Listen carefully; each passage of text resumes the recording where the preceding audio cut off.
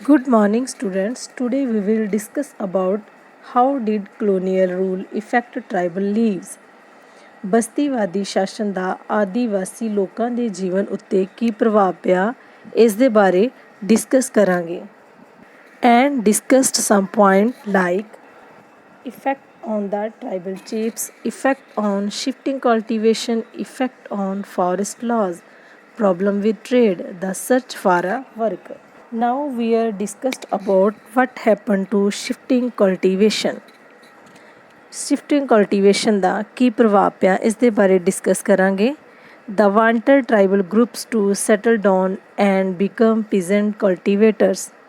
ਹੁਣ ਇੱਥੇ ਬ੍ਰਿਟਿਸ਼ਰ ਕੀ ਚਾਹੁੰਦੇ ਸੀ ਕਿ ਜਿਹੜੇ ਟਰਾਈਬਲ ਗਰੁੱਪ ਸੀ ਉਹਨਾਂ ਨੂੰ ਪੀਜ਼ੈਂਟ ਕਲਟੀਵੇਟਰ ਬਣਾ ਦਿੱਤਾ and the Britisher also wanted regular revenue source for the state, so they introduced land settlement, that is, they measured the land, defined the rights of each individual to that land. ਹੁਣ Britisher ਕੀ ਚਾਹੁੰਦੇ ਸੀ ਕਿ ਜਿਹੜਾ ਉਹਨਾਂ ਨੇ revenue collect ਕਰਨਾ ਸੀ state ਵਾਸਤੇ, ਉਸ ਵਾਸਤੇ ਉਹਨਾਂ ਨੇ ਜਿਹੜੇ ਲੈਂਡ ਸੈਟਲਮੈਂਟ ਸੀ ਉਹਦੇ ਬਾਰੇ ਇੰਟਰੋਡਿਊਸ ਕਰਵਾਇਆ. ਕਿਹਨਾਂ ਨੂੰ ਕਰਵਾਇਆ? ਟਰਾਈਬਲ ਗਰੁੱਪਸ ਨੂੰ. ਔਰ ਉਸ ਤੋਂ ਬਾਅਦ ਜਿਹੜੀ ਜ਼ਮੀਨ ਸੀ ਉਹਦਾ ਪੈਮਾਨਾ ਮਾਪ ਦਿੱਤਾ ਗਿਆ.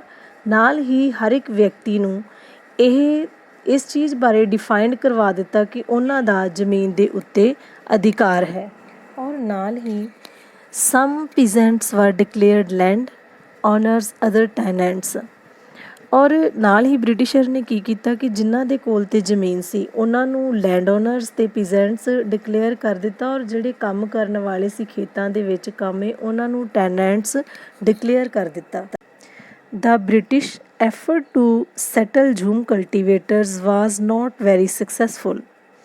ਹੁਣ ਜਿਹੜੇ ਬ੍ਰਿਟਿਸ਼ਰ ਸੀ ਉਹ ਕਿਸ ਚੀਜ਼ ਦੀ ਐਫਰਟ ਕਰ ਰਹੇ ਸੀ? ਸੈਟਲ ਝੂਮ ਕਲਟੀਵੇਟਰਸ ਦੀ, ਇੱਕ ਸਥਾਈ ਖੇਤੀਬਾੜੀ ਵਾਸਤੇ, ਪਰ ਵਾਜ਼ ਨੋਟ ਵੈਰੀ ਸਕਸੈਸਫੁਲ. ਬਟ ਉਹ ਇਸ ਚੀਜ਼ ਵਿੱਚ ਪੂਰੀ ਤਰ੍ਹਾਂ ਕਾਮਯਾਬ ਨਹੀਂ ਹੋ ਪਾ ਰਹੇ ਸੀ. ਉਹਨਾਂ ਦੀਆਂ ਜਿਹੜੀਆਂ ਯੋਜਨਾਵਾਂ ਸੀ ਉਹ ਉਹਨਾਂ ਨੂੰ ਫੇਲ ਹੁੰਦੀਆਂ ਨਜ਼ਰ ਆ ਰਹੀਆਂ ਸੀ.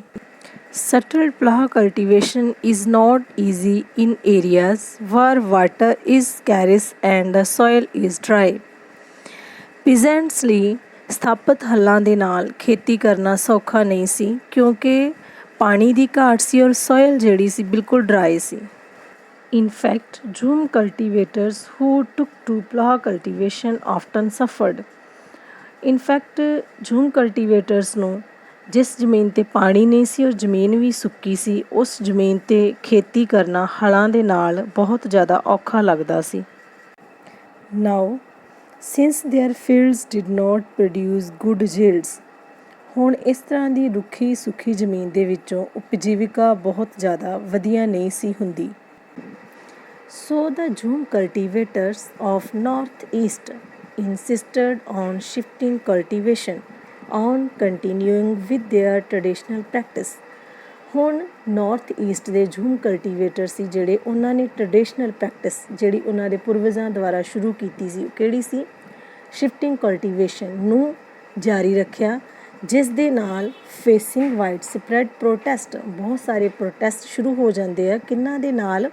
ਬ੍ਰਿਟਿਸ਼ਰ ਦੇ ਨਾਲ, ਕਿਉਂਕਿ ਉਹ ਚਾਹੁੰਦੇ ਸੀ ਕਿ ਸ਼ਿਫਟਿੰਗ ਕਲਟੀਵੇਸ਼ਨ ਦਾ ਕਿੱਤਾ ਛੱਡ ਕੇ ਉਹ ਝੂਮ ਕਲਟੀਵੇਟਰ ਜਿਹੜਾ ਵਾ ਉਸ ਨੂੰ ਅਪਣਾਉਣ. The British had to ultimately allow them the right to carry on shifting cultivation in some parts of the forest. ਅਖੀਰ ਦੇ ਵਿੱਚ ਬ੍ਰਿਟਿਸ਼ ਨੂੰ ਇਹ ਫੈਸਲਾ ਲੈਣਾ ਪਿਆ ਕਿ ਜਿਹੜੇ ਪੀਜੈਂਟ ਸੀ ਉਹਨਾਂ ਨੂੰ ਜੰਗਲਾਂ ਦੇ ਕੁਝ ਹਿੱਸਿਆਂ ਦੇ ਵਿੱਚ ਸ਼ਿਫਟਿੰਗ ਕਲਟੀਵੇਸ਼ਨ ਨੂੰ ਜਾਰੀ ਰੱਖਣ ਦੀ ਆਗਿਆ ਦੇਣੀ ਪਈ. Third point is forest ਲਾਜ਼ and there impact.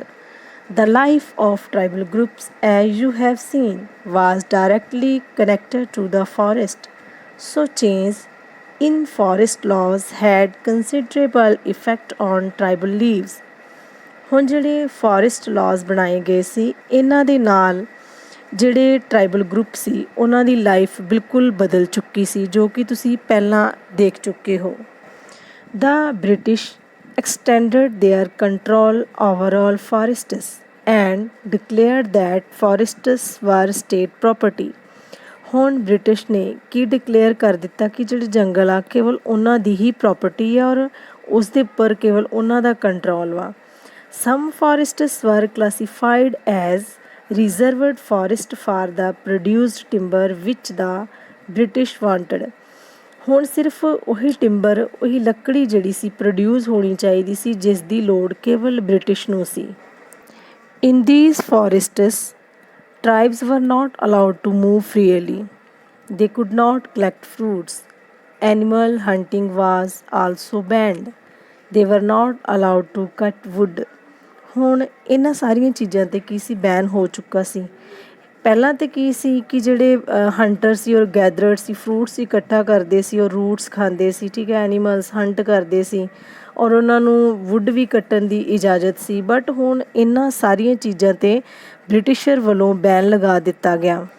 ਮੈਨੀ were therefore forced to move to other areas in search of work and livelihood. ਬਹੁਤ ਸਾਰੀਆਂ ਟਰਾਈਬਸ ਹੁਣ ਆਪਣੀ ਉਪਜੀਵਿਕਾ ਵਾਸਤੇ ਉਪਜੀਵਿਕਾ ਦੀ ਤਲਾਸ਼ ਵਾਸਤੇ ਇੱਧਰ ਉੱਧਰ ਏਰੀਆਜ਼ ਦੇ ਵਿੱਚ ਘੁੰਮਣ ਲੱਗੇ। But once the British stopped the tribal people from living inside forest.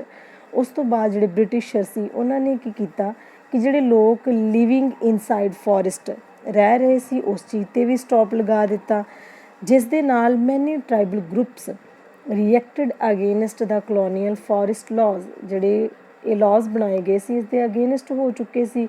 ਦੇ disobeyed the new rules continued with practice that were declared illegal.